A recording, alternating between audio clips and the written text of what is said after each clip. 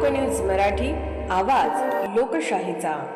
विटा शहरात आरोग्य सेवेचा विश्वासार्ह आधार आदिती मल्टी स्पेशालिटी हॉस्पिटल संचलित बंडगर हॉस्पिटल विटा, महात्मा फुले जन आरोग्य योजना, आयुष्यमान भारत व बांधकाम कामगार योजनेअंतर्गत शस्त्रक्रिया आणि उपचार पूर्णपणे मोफत, हाडांवरील सर्व प्रकारचे ऑपरेशन्स, वेदना निवारणासाठी ब्लॉक इंजेक्शन, डायलिसिस, मूतखड्यावरील सर्व प्रकारचे ऑपरेशन व उपचार, जनरल सर्जरी, अपेंडिक्स, हर्निया, मूळव्याधवरील ऑपरेशन व उपचार पूर्णपणे मोफत। सावरकर नगर, खानापूर रोड, विटा। संपर्क आपल्या स्क्रीनवर। इंजेक्शन, पावडर आणि मोबाईलच्या व्यसनामुळे तरुणाई भरकटत आहे। शेती वाचवली तरच देशाचे भविष्य सुरक्षित। आमदार अरुण लाड। इंजेक्शन, पावडर आणि मोबाईलच्या वाढत्या व्यसनामुळे आजची तरुण पिढी चुकीच्या मार्गाला लागल्याची गंभीर चिंता व्यक्त करत तरुणांनी पुन्हा शेतीकडे वळण्याची गरज असल्याचे प्रतिपादन आमदार अरुण गणपती लाड यांनी केले। ते म्हणाले की शेतीकडे पाठ फिरवणारी पिढी उद्या अन्न कुठून मिळणार हा मोठा प्रश्न आहे।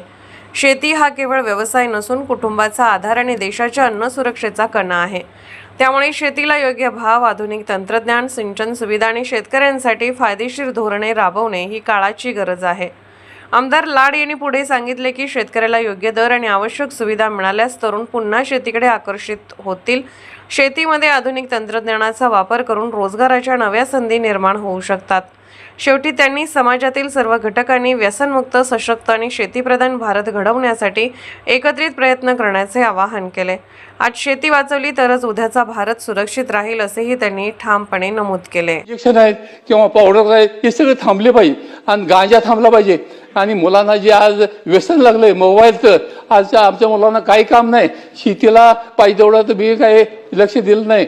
शेतीला माणसं थांबणार, शेतकऱ्याला मुलगा शेती थांबणार का? त्याला पिढ्यानपिढ्याचं आपल्या कुटुंबाचं जे दैन्य झालं ते दिसतंय, त्यामुळे शेती त्याला अवघड वाटते आणि शेती फायद्याची नाही तोट्याची वाटते। म्हणजे शेती पिकवायची कुणी, तेव्हा शेती पिकवता येईल असं त्याला काय देता येईल, असं काय त्याला म्हणजे घडवता येईल असं घडवावं आणि शेतीत राबावं, शेती उद्योग द्या म्हणून त्यांना शेतीत पडावं। असं झालं तर शेतीला माणसं मिळतील। आज शेतीला माणसं नाही, स्वतः शेतकरी मुलं नाही, तो थकतोय, तो पळतोय, तो त्याचं कुटुंब पळतोय, बायको पळते, स्वतः पळते, दुप्पट तिप्पट काम होतं, शेती चालली आहे। काय जण मग शेती का पिकवतोय त्याने खायचं काय? त्याचं सगळं शेतीवर चाललेलं आहे आणि शेती जे अन्न धान्य काय ऊस असेल बागायचं ह्याच्यावर सगळं कुटुंब चालतं आणि हे नाही केलं तर मग कुणी चालवायचं?